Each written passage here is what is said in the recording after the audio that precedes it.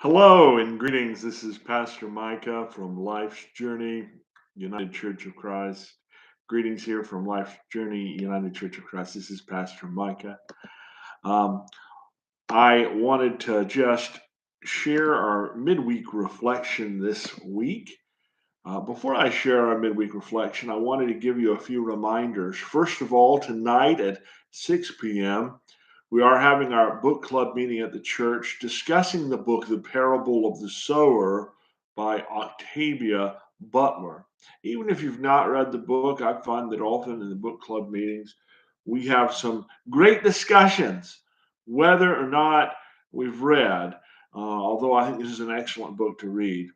Also, I want to remind you that Sundays at 9:30 through Lent, we are offering a meditation class to help us find center. I hope you consider joining us. Finally, this coming Saturday, we are going to have a special social on the lawn from 5 to 8 p.m. This social is sponsored by our LGBT plus and friends ministry, the Open and Affirming Committee, in honor of Transgender Day of Remembrance. Also, bear in mind, not Transgender Day of Remembrance, Transgender Day of Visibility, Transgender Day of Visibility. Also, bear in mind that this Sunday we will be asking all to continue wearing masks, but beginning the first Sunday in April, we will be moving to a mask optional approach in accordance with CDC guidelines when COVID cases are as low as they are right now. We will reserve the right to ask folks to wear masks again if COVID rates go high. And if you're more comfortable wearing a mask, we've got plenty of masks at the church, and you're welcome to bring your own.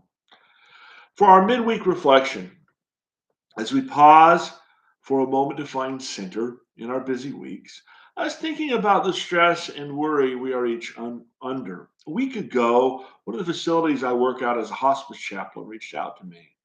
Some of our residents are anxious and worried, the staff told me. When they explained why, they talked of the conflict in Ukraine and some who have family there, some who've lived in Europe, and the many others who remember nuclear war drills in school and fear the same today. When they raised these residents' worries, it could just have much been any number of other things than what's happening in Ukraine. It could have been rising inflation and the cost of, well, everything. It could have been the many who died or were disabled through COVID the last few years. It could have been the opening up of everything across the country recently due to the lower COVID cases and worries of what if this is a false spring, another more deadly COVID wave around the corner. I see a lot of myself in these worries. Like many of us, my life is in constant shift and change that leaves me breathless. It is easy to get caught up in what might be around the corner. And it's easy to assume that what is around the corner is negative. I bet if I asked you, many of you feel the same anxiety, worry, and stress. As we near the end of Women's History Month, this situation reminds me of the example of Teresa of Avila, a Spanish mystic who lived in a time of conflict and war, a time of uncertainty for many. She had an experience of the love of Jesus washing over her that centered her through life's storms, which she shared with others. At one point, when Teresa summarized her experience of God, she said, "In this distress, for then I had never had a single vision. These words alone were enough to remove it and give me perfect peace. Be not afraid, my daughter. It is I, and I will not abandon thee. Fear not." And also, Let nothing disturb you. Let nothing frighten you. Though all things pass, God does not change. Patience wins all things. But the person who possesses God lacks nothing, for God alone suffices. Teresa's words connect up with something I often return to with my families on hospice service. To a person, most of them worry about what comes next. Will the illness rob them of the one they love, or rob the one they love of their dignity? Will they find the strength to support them to the end? Will their resources, whether financial or emotional, last? Will family and friends be by their side? What lies uncertainly around the corner? I often like to quote to them John 14. Do not let your hearts be troubled. You believe in God, believe also in me. My Father's house has many rooms, and if that were not so, would I have told you that I am going to prepare a place for you? And if I go and prepare a place for you, I will come back and take you to be with me, that you also may be where I am. I like to explain that we often read this verse about heaven, and it's true as far as that goes. Jesus has gone ahead of us, dying for us, being raised to new life. And so, in doing so, has made a way for each of us, a place for each of us in heaven, so we can trust Him for that.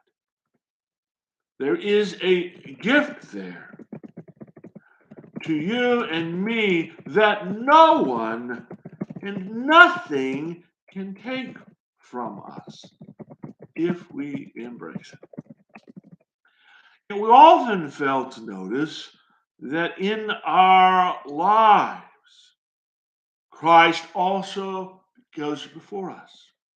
He prepares a place for us in each of the situations ahead of us, around the corner, uncertain to us, just around the corner.